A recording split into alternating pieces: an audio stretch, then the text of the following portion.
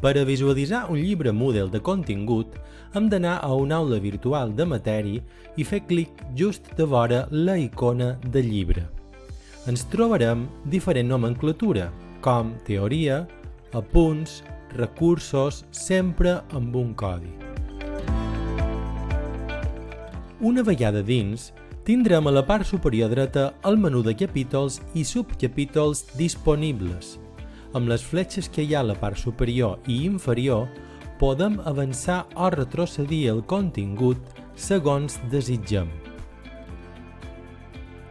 També podem clicar directament damunt un capítol o subcapítol per anar al contingut.